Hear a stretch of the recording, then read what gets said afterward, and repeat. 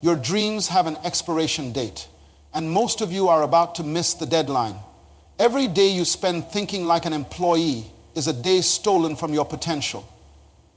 Every year you wait for the right time to pursue your vision is a year that someone else uses to build the future you could have created. The ideas you're sitting on while you climb someone else's corporate ladder are the same ideas that will make other people millionaires while you're still asking for permission to take vacation days.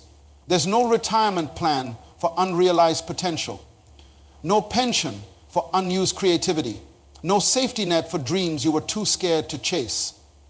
While you're building someone else's empire 40 hours a week, your own kingdom remains an empty lot where nothing grows except regret. 95% of people will die with their music still in them. They will take their dreams, their innovations, their potential to the grave because they spent their entire lives thinking like employees instead of owners. This is not just a statistic. This is a tragedy of human potential that happens every single day. I want to tell you about Elena Rodriguez. 5 years ago, she was sitting in a cubicle, working as an accountant for a mid-sized firm, making $42,000 a year. She was good at her job. Excellent, actually.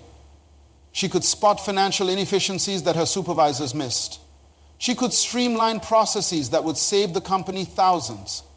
But every time she brought these ideas forward, she was told, "That's not your department," or "We'll consider it for next quarter."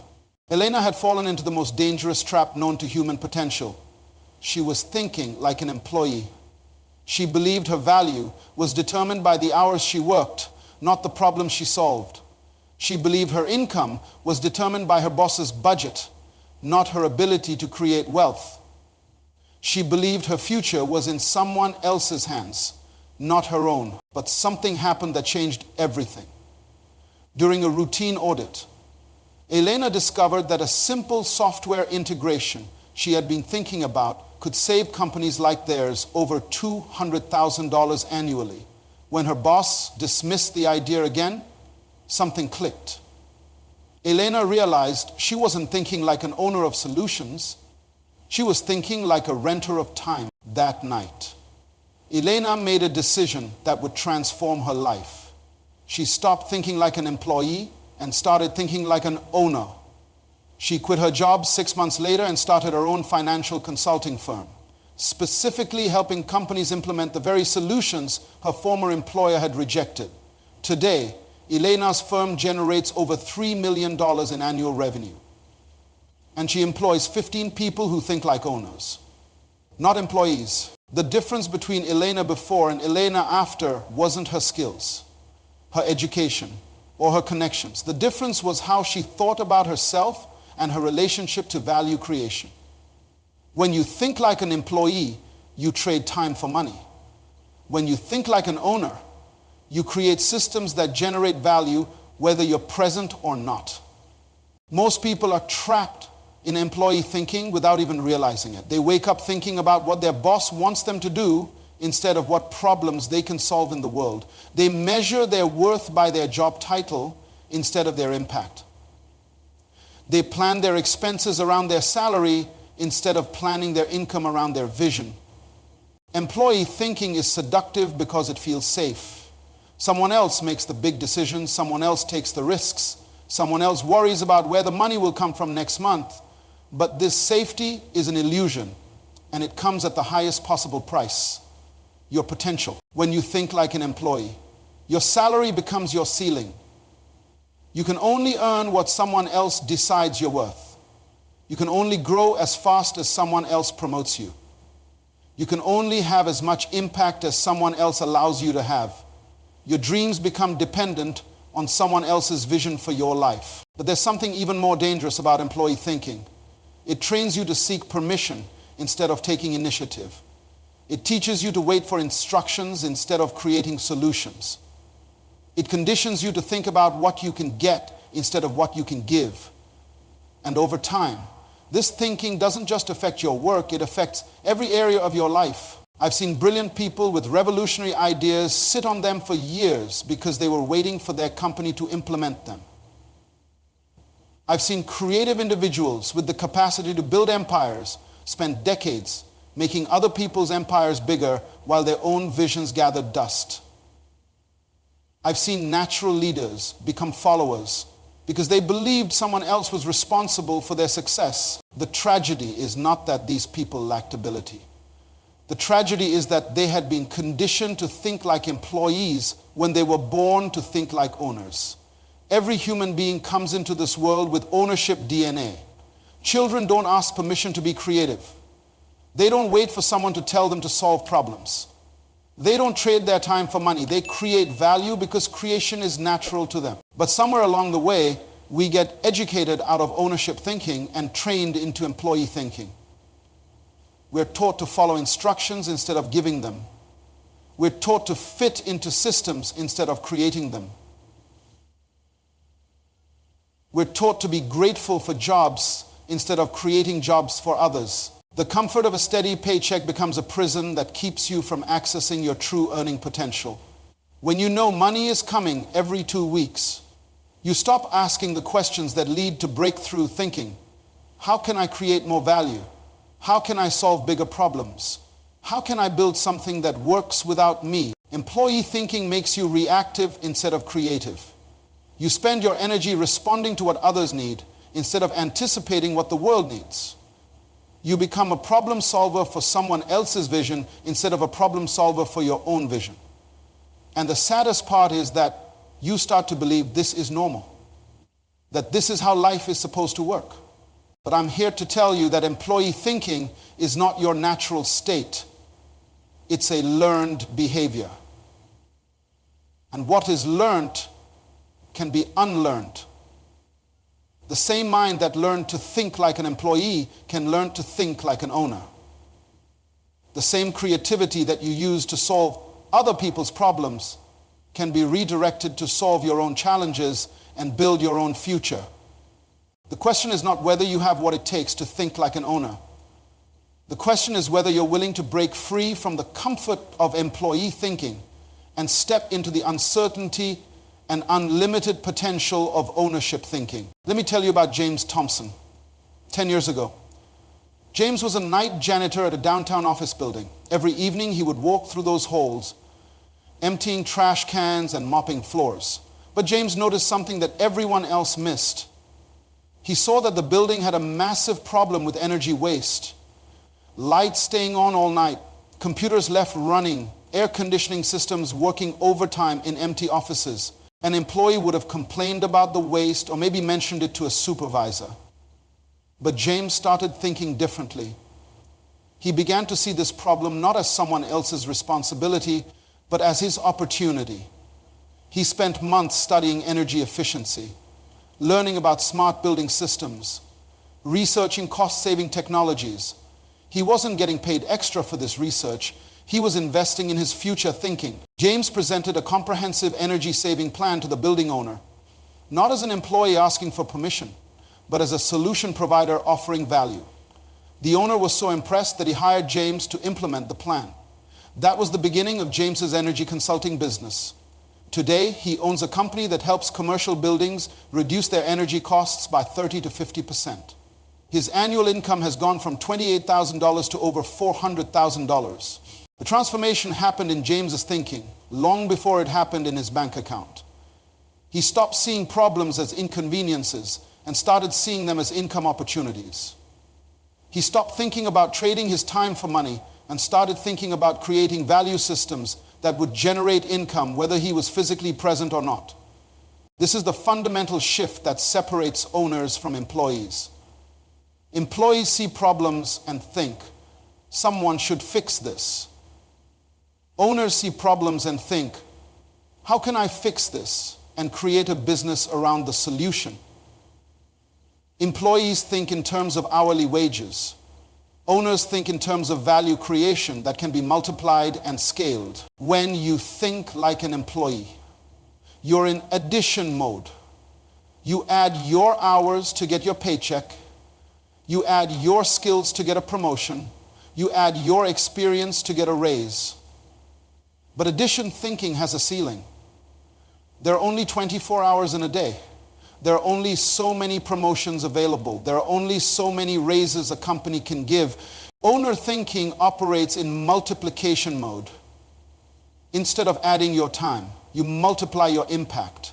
Instead of adding your skills, you multiply your solutions. Instead of adding your experience, you multiply your influence. In multiplication mode, your potential is unlimited because you're not constrained by the hours you can work. You're only constrained by the problems you can solve and the systems you can create. The most dangerous aspect of employee thinking is what I call permission culture.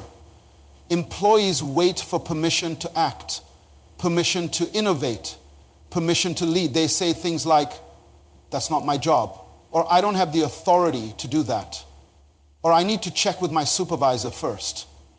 This permission culture becomes so deeply embedded that it affects every area of their lives. They wait for permission to start businesses, permission to take risks, permission to pursue their dreams. Owner thinking rejects permission culture completely. Owners understand that in the real world. No one gives you permission to succeed. No one gives you permission to create wealth. No one gives you permission to make a difference. You take responsibility for your own permission. You give yourself permission to act, to innovate, to lead. But here's what most people don't understand about this transformation. It doesn't require you to quit your job tomorrow or invest your life savings in a risky venture. The transformation begins in your mind, in how you approach problems, in how you see opportunities, in how you define your relationship to value creation. You can start thinking like an owner while you're still employed. You can begin to see your current job not as a place where you trade time for money, but as a training ground where you develop owner skills. You can start looking for problems to solve instead of just tasks to complete. You can begin building relationships based on value creation instead of just networking for your next promotion. The shift from employee thinking to owner thinking is like learning to see in color after a lifetime of seeing in black and white. Suddenly, opportunities that were invisible become obvious. Solutions that seemed impossible become achievable. Income streams that were unthinkable become inevitable. When you make this mental shift, everything changes. Your conversations change because you're thinking about solutions instead of complaints. Your relationships change because you're focused on giving value instead of getting benefits.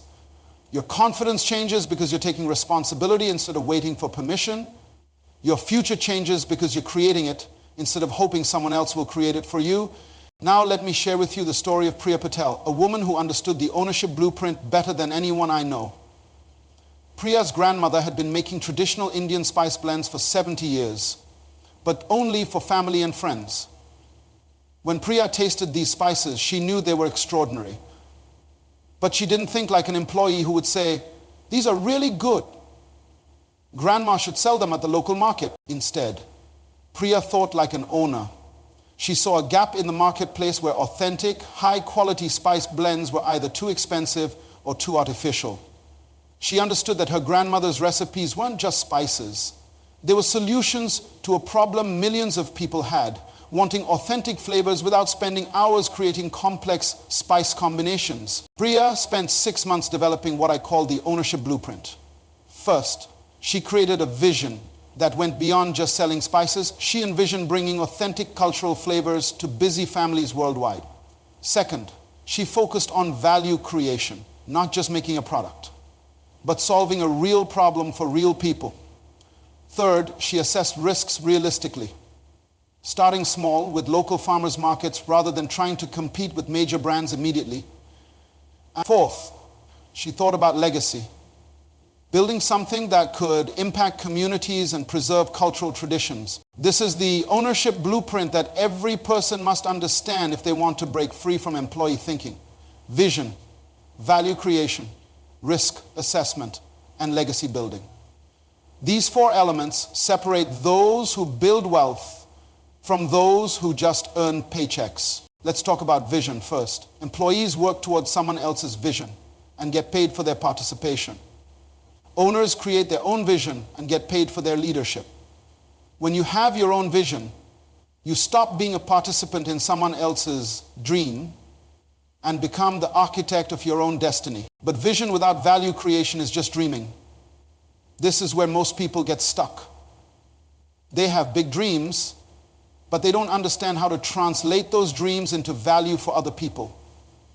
Priya didn't just dream about a spice business. She identified exactly how her product would make people's lives better, easier, and more flavorful. Value creation is the bridge between your vision and your income. When you solve problems that people are willing to pay for, money flows naturally. When you create systems that deliver value consistently, wealth builds automatically. When you focus on giving value instead of getting money, ironically, you end up with more money than people who focus only on getting money. The third element, risk assessment, is where employee thinking and owner thinking differ dramatically. Employees see risk as something to avoid. Owners see risk as something to manage. There's a difference between being reckless and being calculated. Priya didn't quit her job and invest her life savings on day one. She tested her market, validated her product, and built her systems gradually while managing her risks intelligently. Most people overestimate the risks of ownership and underestimate the risks of employment. They think having a job is safe, but in reality, depending entirely on one source of income controlled by someone else is extremely risky. They think starting a business is dangerous, but staying in a job where you have no control over your income, your schedule, or your future is far more dangerous. The fourth element, legacy building, is what transforms business owners into wealth creators. Priya didn't just want to make money selling spices. She wanted to build something that would preserve her grandmother's wisdom, create jobs in her community, and introduce the world to authentic cultural experiences. When you think about legacy, you naturally build systems that work beyond your personal involvement. Today, Priya's spice company generates over $2 million annually and employs 37 people. But more importantly, she's created a system that preserves cultural knowledge, supports local farmers, and brings authentic flavors to families worldwide.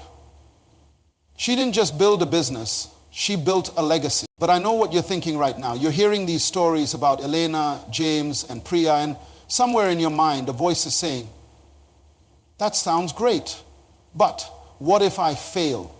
What if I lose my security? What if I'm not smart enough or talented enough or lucky enough? This voice is not your friend. This voice is the fear that keeps employee thinking alive in your mind. Let me tell you something that might shock you. The security you think you have as an employee is actually an illusion. You believe that having a job makes you secure, but in reality, you are completely dependent on decisions made by people who don't know you, don't care about your dreams, and can eliminate your position without warning. You call this security, but it's actually the most insecure position you can be in. When you depend on one source of income controlled entirely by someone else, you have no security at all. You have the illusion of security. Real security comes from having multiple streams of value creation, from having skills that solve problems people will always pay for, from having systems that generate income whether you show up or not. Real security comes from ownership thinking. The greatest risk you can take in today's economy is to play it safe. While you're playing it safe, the world is changing rapidly. Technology is eliminating jobs that seemed secure just 5 years ago. Companies are restructuring and downsizing every quarter. Industries that employed millions of people are disappearing entirely. Playing it safe in a rapidly changing world is like standing still on a moving train. You think you're stable, but you're actually moving backward. Here's what I want you to understand about risk. There are two types of risk: real risk and perceived risk. Perceived risk is based on fear and emotion. Real risk is based on facts and probability. Most people make their biggest life decisions based on perceived risk rather than real risk. And this keeps them trapped in employee thinking. Let me give you a real risk calculation. If you have a job making $50,000 a year, you might think starting a side business is risky because you could lose the time and money you invest. But what's the real risk of not starting that business? In 10 years, Inflation will reduce your buying power. Technology might eliminate your position. Your company might merge with another company and eliminate your department. The real risk is that you'll be in exactly the same financial position 10 years from now, except older and with fewer options. Now, let's calculate the real risk of starting that side business. If you invest 2 hours a day and $500 to test a business idea, what's the worst that could happen? You lose $500 and some time. What's the best that could happen? You create an additional income stream that could eventually replace your job income entirely. When you calculate real risk versus perceived risk, owner thinking becomes the safer choice. But here's the secret that changes everything. You don't have to choose between security and ownership. You can start thinking like an owner while you still have your job. You can begin building systems and solving problems in your spare time. You can test ideas and validate markets without risking your primary income. This is what I call the compound effect of small ownership decisions. Every time you solve a problem, instead of complaining about it, you're building owner thinking. Every time you create value, instead of just consuming it, you're developing ownership skills. Every time you take initiative, instead of waiting for permission, you're strengthening your ownership mindset. These small decisions compound over time. 6 months of thinking like an owner while working as an employee will prepare you for opportunities that you can't even see yet. 12 months of owner thinking will give you the confidence and skills to take calculated risks that seemed impossible before. Now, I want to share with you the most important story I've ever told, because it contains the secret to living as an owner every single day, regardless of your current circumstances.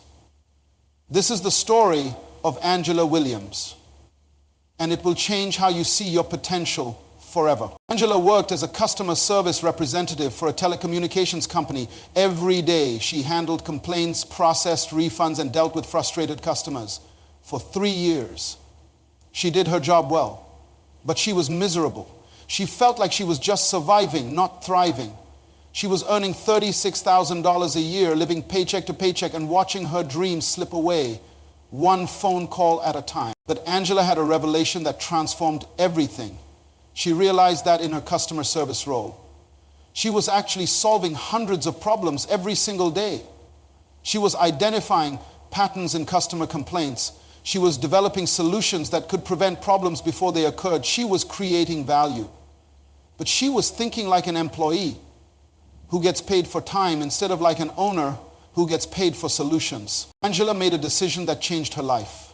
She decided to document every recurring problem she encountered and develop systematic solutions for each one. She started arriving at work 30 minutes early to study these patterns. She stayed 30 minutes late to research better approaches. She wasn't getting paid extra for this time. She was investing in her ownership education. Within 6 months, Angela had identified 17 common problems that cost her company thousands of dollars in lost customers and refund requests. But instead of just presenting problems to her supervisor, she presented complete solutions. She had researched the technology needed to prevent these problems. She had calculated the cost savings her solutions would generate. She had created implementation timelines and training protocols. Her supervisor was amazed. Her manager was impressed. The regional director wanted to meet with her. But here's where Angela's ownership thinking really showed. Instead of hoping for a promotion or a raise, she proposed something different. She asked the company to let her implement her solutions as an independent consultant while she transitioned out of her customer service role. The company agreed because Angela's solutions were saving them over $150,000 annually. Angela started her own customer experience consulting firm with her former employer as her first client. She went from earning $36,000 as an employee to earning $120,000 in her first year as an owner. But the transformation didn't stop there. Angela's daily habits had completely changed. As an employee, she used to wake up thinking about what her supervisor wanted her to do. As an owner, she wakes up thinking about what problems she can solve for her clients. As an employee, she used to watch the clock, counting down the hours until she could go home. As an owner, She loses track of time because she's passionate about creating solutions as an employee. She used to complain about company policies that didn't make sense. As an owner, she creates policies that serve her clients better. As an employee, she used to worry about job security. As an owner, she creates her own security by constantly developing new skills and serving new markets. This is what daily ownership living looks like. Every morning, you wake up as the CEO of your own life. You don't wait for someone to tell you what to do. You decide what needs to be done. You don't work for a paycheck. You work for impact. You don't build someone else's dream. You build your own reality. But here's what most people don't understand. You can start living as an owner today, right now, regardless of your current job situation. Owner living is not about having a business card that says CEO. Owner living is about taking complete responsibility for your results, your growth, and your future. When you live as an owner, you approach every situation asking, how can I add value here, instead of thinking about what you can get? You think about what you can give. Instead of looking for someone to blame when things go wrong, you look for ways to make things better. Instead of waiting for opportunities to come to you, you create opportunities for yourself and others. Owner living means you invest in yourself like you're your most important client. You develop skills that increase your value in the marketplace. You build relationships based on mutual benefit rather than personal need. You create systems that generate results, whether you're actively working or not. The difference between someone who thinks like an employee and someone who lives as an owner shows up in their conversations. Employees talk about what happened to them. Owners talk about what they're making happen. Employees talk about problems. Owners talk about solutions. Employees talk about limitations. Owners talk about possibility. Living as an owner also means you create multiple streams of value. You don't depend on one source of income because you understand that diversity creates stability. You might have your primary job, but you also have a side consulting practice. You might have your consulting practice, but you also have rental income from property investments. You might have rental income, but you also have royalties from a book you wrote or a course you created. Each stream of value you create makes you more secure, not less secure. Each problem you solve for other people increases your ability to solve problems for yourself. Each system you build becomes an asset that can generate income for years to come. But the most important aspect of living as an owner is the leadership shift that happens in your mind. You stop waiting for someone to lead you and you start leading yourself. You stop hoping someone will invest in your future and you start investing in your own future. You stop wishing someone would believe in your potential. This leadership shift affects every relationship you have. Your family sees you differently because you're taking responsibility instead of making excuses. Your friends respect you more because you're solving problems instead of complaining about them. Your colleagues listen to you differently because you're speaking as a creator, not a consumer. Here's my challenge for you today. Stop thinking like an employee. Stop trading your life for a paycheck.